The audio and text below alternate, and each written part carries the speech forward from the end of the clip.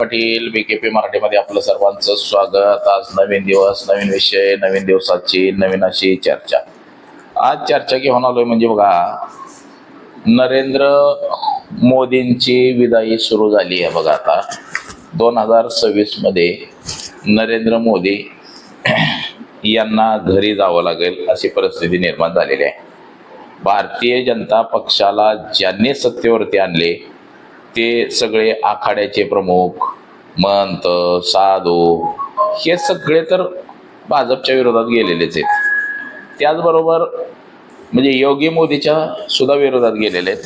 तर तसंच आता जे एपिस्टिन फाईल असेल, देशामध्ये जो वाढलेला आक्रोश असेल, त्याचबरोबर गोहत्या बंदीचा कायदा, हा कायदा काय अंमलात आलेला नाही, ह्या अनेक गोष्टी आहेत की यामुळं नरेंद्र मोदींचं सरकार आता मोडीत निघणार आहे. 2026 मध्ये नरेंद्र मोदींची घर वापसी होणार आहे. जसं वाटलं होतं की नरेंद्र मोदी काहीतरी करतील, परंतु काहीही झालेलं आपल्याला दिसत नाही. यामुळं काहीसे हिंदू धर्माला मानणारे किंवा हिंदू करणारे, भाजप करणारे हेच सगळे भाजपच्या विरोधात आता उभे राहिलेले आहेत.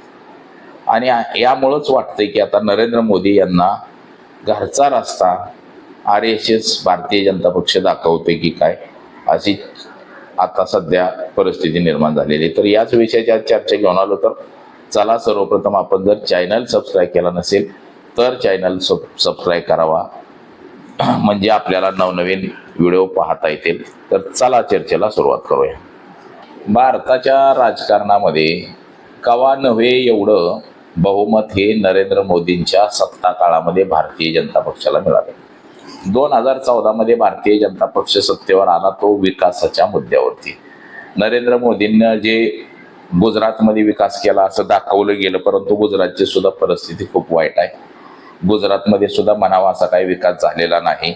फक्त ते दाखवलं गेलं की विकास पुरुष, विकास रत्न, गुजरातचा मुख्यमंत्री असताना एवढा विकास झालाय, मग देशाचा पंतप्रधान झाल्यावरती किती विकास करेल हे सगळं दाखवलं गेलं. आणि असं चित्र उभं केलं की देशाला नेतृत्व म्हणजे नरेंद्र मोदी हेच एकमेव देऊ शकतात. देशप्रेम, हिंदू राष्ट्र, भारत माता की जय अशा मुद्द्यांवरतीच सगळा नरेंद्र मोदींचा 2014 पासूनचा इतिहास गाजलेला आहे. सुरुवातीच्या काळामध्ये जे सांगितलं गेलं, प्रत्येक खासदारांनी एक गाव दत्तक घ्यायचं, स्किल डेव्हलपमेंट, स्मार्ट सिट्या, रोड प्रोजेक्ट, हे जे सांगितलं गेलं होतं हे जसंच्या तसं राहताना आपल्याला दिसतं. उलट ज्या काँग्रेसनं जे काय उभं केलं होतं, विमानतळ असेल, रेल्वे स्टेशन असेल किंवा इतर काही संस्था असेल, लाल किल्ला असेल, हे सगळंच्या सगळं भाडे तत्वावरती देण्याचं काम हे नरेंद्र मोदींनी केलं. 8,000 कोटीचं विमान घेतलं आणि त्या विमानामध्ये मात्र अख्खं जग नरेंद्र मोदींनी फिरून काढलं. एका देशाला 10-10, 15-15 वेळा राऊंड मारले, म्हणजे फिरले, म्हणजे देशामध्ये कमी आणि देशाच्या बाहेर जास्त, असं नरेंद्र मोदींचं वातावरण राहिलेलं आहे. आता सांगितलं जातं की आपली जी विदेश नीती आहे ही सक्षम आहे. तर ती विदेश नीती आपल्याला आता इराण आणि अमेरिकेचं जे युद्ध होतं या युद्धाच्या दरम्यान आपल्याला दिसली की भारताची जी सक्षम नीती आहे ही कशी आहे, ही म्हणजे गॅस आणि पेट्रोलची टंचाई निर्माण झाल्यानं आपल्याला दिसलं. 2014 नंतरच्या कार्यकाळामध्ये नरेंद्र मोदींनी फक्त आणि फक्त ईडीचा वापर मोठ्या प्रमाणामध्ये केला, CBIचा वापर मोठ्या प्रमाणामध्ये केला. जे भ्रष्टाचारी होते ते सगळे भारतीय जनता पक्षामध्ये घेतले. ज्याच्यावरती आरोप केला, जसं की आसामचा मुख्यमंत्री असेल विश्व शर्मा, 10,000 कोटीच्या घोटाळ्यांचे आरोप केले, CBI मागं लावली, ईडी मागं लावली आणि त्यांना भाजपमध्ये पक्षप्रवेश देऊन आसामचं पुन्हा मुख्यमंत्री केलं. असंच काहीसं महाराष्ट्रामध्ये सुद्धा अजित पवार यांच्यासोबत, अशोक चव्हाण यांच्यासोबत, म्हणजे देशातले ज्या काँग्रेसच्या नेत्यांवरती भ्रष्टाचाराचे आरोप केले त्या सगळ्यांना एक तर सत्तेमध्ये सहभागी करून घेतलं किंवा दुसरं भारतीय जनता पक्षाच्या सोबत घेतलं. नरेंद्र मोदी यांचा जो नारा होता गो हत्या बंदी, म्हणजे गायी मातेला राष्ट्रीय दर्जा देणे, गो हत्या बंदी करणे, त्याचबरोबर हिंदू राष्ट्र निर्माण करणं, यातल्या कुठल्याही गोष्टी झालेल्या नाहीत.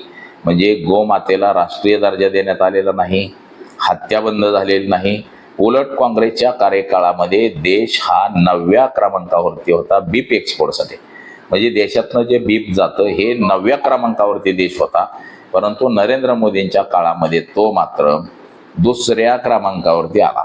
सर्वाधिक बीप एक्सपोर्ट हे उत्तर प्रदेश आणि हैदराबादमधून होतं. हैदराबादमध्ये सर्वाधिक, देशातला सर्वात मोठा कत्तलखाना खलिफा म्हणून तिथं आहे. तर या कत्तलखान्यावरती कारवाई करायची कुठल्याही सरकारची ताकद नाही. तिथं सुद्धा भारतीय जनता पक्ष पुरस्कृतच सरकार आहे. चंद्रबाबू नायडू त्याचे मुख्यमंत्री आहेत, परंतु तिथं सुद्धा त्या कत्तलखान्यावरती कारवाई केली जात नाही. तसंच उत्तर प्रदेशमध्ये सुद्धा भारतीय जनता पक्षाचं सरकार आहे आणि तिथं योगी राज आहे, हिंदुत्ववादाचं सरकार आहे, परंतु तिथून सुद्धा सर्वाधिक बीप एक्सपोर्ट केलं जातं. म्हणजे ह्या ज्या सगळ्या गोष्टी आहेत ह्या अजिबात थांबलेल्या नाहीत. जगामध्ये देश हा बीप एक्सपोर्ट बाबत 2ऱ्या क्रमांकाचा देश बनलेला आहे. त्याचबरोबर जे साधू, महंत, आखाड्याचे प्रमुख हे जे सगळे होते बघा, मागच्या काळामध्ये शंकराचार्य यांच्या वरती सुद्धा पोलिसांनी हल्ला केला, प्रहार केला. योगी विरुद्ध शंकराचार्य हा संघर्ष आपण नेहमी पाहिला असेल. शंकराचार्यांना सांगितलं, आम्ही सत्तेत, भारतीय जनता पक्ष हा साधू संतांमुळे सत्तेत आलेला आहे, सनातन धर्मामुळे सत्तेत आलेला आहे आणि त्याच सनातन धर्माच्या विरोधात आज भारतीय जनता पक्ष काम करतोय. मग सत्तेत सुद्धा आम्हाला आणता येतं आणि सत्तेतून खाली सुद्धा खेचता येतं. आता 5 राज्याच्या निवडणुका ज्या लागलेल्या आहेत, आसाम असेल, पाँडिचेरी आहे, केरळ आहे, तामिळनाडू आहे, पश्चिम बंगाल आहे, या सगळ्याच्या सगळ्या राज्यांमध्ये जे आखाड्याचे प्रमुख आहेत किंवा महंत आहेत ह्या सगळ्यांनी भारतीय जनता पक्षाच्या विरोधात प्रचार प्रसार केलेला आहे. आता हा प्रचार प्रसार करून सुद्धा जर भाजप सत्तेत पुन्हा आलं तर मात्र ह्या आखाड्याच्या प्रमुखांना ह्यांना सुद्धा ते डावललं जाणार. परंतु आता भारतीय जनता पक्षामधले जे काही जुने जाणते नेते आहेत RSS विचाराचे, आता 90% भारतीय जनता पक्ष हे काँग्रेस पक्ष आहे. 10% जे आहेत तेच नरेंद्र मोदीच्या विरोधात जे कट्टर RSS वादी आहेत.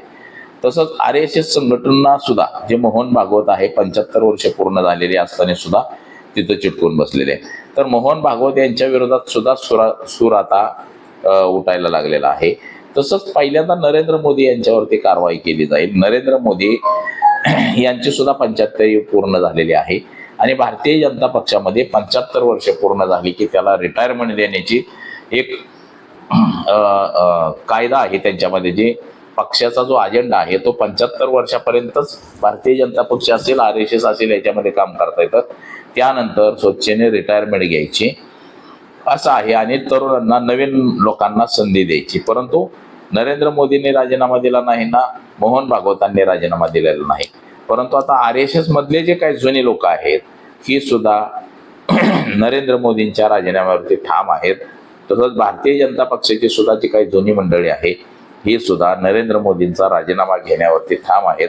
आणि नरेंद्र मोदी हे अनेक घोटाळ्यांमध्ये अडकलेले, अनेक अडचणीमध्ये आलेले आहेत. म्हणजे कॅगचा रिपोर्ट असेल, देशाचा GDP असेल किंवा रुपयाची घसरण असेल, 95-96 रुपयावरती आपला रुपया गेलेला आहे. जो कधी काळी 50 रुपये 54 रुपये होता तो 94, 95, 96 रुपयावरती गेला. गॅसच्या किमती आभाळाला टेकलेल्या आहेत. जनता उद्रेक करू नये. जनतेनं जर उद्रेक केला तर RSSच्या कार्यालयासकट भारतीय जनता पक्षाची सगळी कार्यालये उकडून टाकली जातील आणि यांना देश सोडून पळून जावं लागेल. अशी स्थिती निर्माण होण्याच्या अगोदरच RSSनं आणि जुन्या भाजपच्या लोकांनी आता नरेंद्र मोदींना हटवण्यासाठी प्रयत्न सुरू केले आहेत. नरेंद्र मोदींना जर हटवलं नाही तर देशामध्ये मात्र अराजकता माजू शकते हे जुन्या लोकांच्या लक्षात आल्यामुळं त्यांनी आता मोदी हटावचा नारा सुरू केलेला आहे. जे देशातले साधू, संत, महंत ही जी सगळी मंडळी आहे, भाजपला मानणारी, RSS वादी विचाराची, सनातन धर्मावादी, हे सगळे नरेंद्र मोदींच्या, योगीच्या विरोधात उभे राहिलेले आहेत. आपण अनेक वेळा पाहिलेलं आहे की आखाड्याचे प्रमुख असतील, साधू, संत, महंत, या सगळ्यांनी नरेंद्र मोदी, योगी, अमित शहा यांचा प्रखर असा विरोध केलेला आपल्याला अनेक वेळा दिसलेला आहे. जसं पश्चिम बंगालच्या निवडणुका लागल्या, त्याचबरोबर तामिळनाडू असेल, केरळ असेल, पॉंडिचेरी असेल, आसाम असेल, या सगळ्या निवडणुकांमध्ये या सगळ्या महंतांनी, साधू संतांनी भारतीय जनता पक्षाच्या विरोधामध्ये काम केलेलं आपल्याला दिसून येतंय.